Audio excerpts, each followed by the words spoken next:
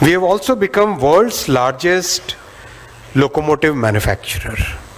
Today our locomotive manufacturing is 1,600 locomotives produced in the last year, and that is more than the combined production of US, Europe and Japan.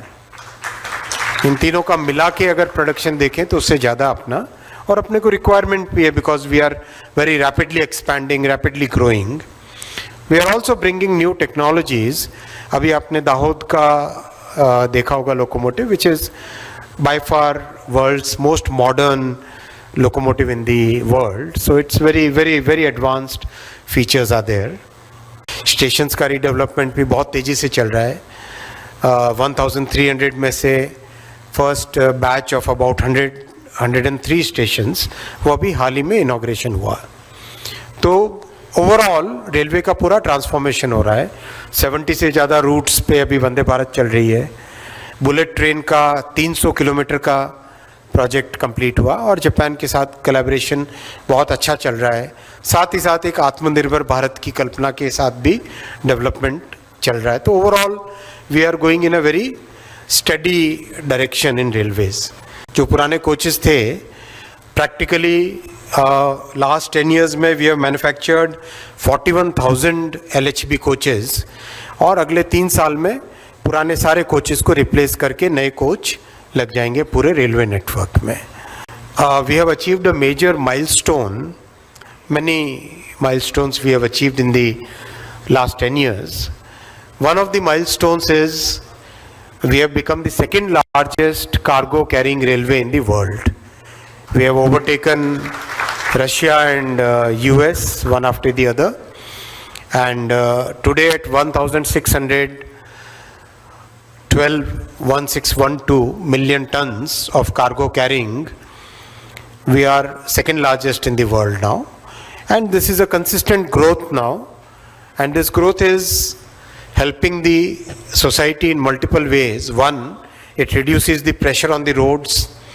Two, CO2 emissions are 95% less when you carry goods by rail compared to the carriage of goods by road. So 95% CO2 is saved, and that amounts to millions of tons of CO2. Three, we save the import of oil, because today we have practically electrified the entire railway network. Ratlam से नागदा का ये project बहुत ही critical project है, बहुत important project है, बहुत ही जरूरी है इस पूरे रेलवे नेटवर्क में. अगर आप इस रेलवे नेटवर्क को देखें, यहाँ पर ये नागदा है और ये रतलाम. रतलाम से नागदा का ये छोटा सा सेक्शन 41 किलोमीटर का, लेकिन ये कंप्लीट दिल्ली से मुंबई का और ईस्ट वेस्ट नॉर्थ साउथ 4 दिशाओं में जोड़ने वाला रतलाम जंक्शन है. रतलाम जंक्शन से अगर साउथ में देखें बड़ौदा जुड़ता है, नॉर्थ में देखें चित्तौड़गढ़ अजमेर की तरफ जाता है, वेस्ट में देखें तो नागदा जाता है, और इधर इंदौर ईस्ट में, तो सॉरी नागदा नॉर्थ की तरफ से जाता, ईस्ट में इंदौर. इस तरह से करके 4 डायरेक्शन में रतलाम की कनेक्टिविटी है. तो ये इसको 4 ट्रैक करने का फैसला बहुत ही महत्वपूर्ण फैसला है. इससे रेलवे के मोबिलिटी में, ट्रैफिक के मूवमेंट में बहुत बड़ा फर्क पड़ेगा.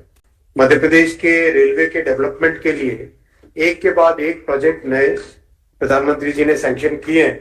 आप सब जानते हैं कि हाल ही में एक जो लंबे समय से डिमांड थी, मनमाड इंदौर से मनमाड, ये लाइन 309 किलोमीटर की 18,000 करोड़ के एस्टिमेट पे सैंक्शन हुई है. वैसे ही भुसावल खंडवा 3rd और 4th लाइन सैंक्शन हुई थी. प्रयागराज से मानिकपुर 3rd लाइन, फिर रतलाम से नागदा 4 लाइनिंग का प्रोजेक्ट अभी कैबिनेट में अप्रूव हुआ. हाल ही में दिल्ली से अंबेडकर नगर एक नई ट्रेन सर्विस चालू हुई है. 3 और नई ट्रेन सर्विसेज मध्य प्रदेश से चालू होने वाली है. अप्रूव हो गई है, सैंक्शन हो गई है, और टाइम टेबल्स उनके बन गए हैं.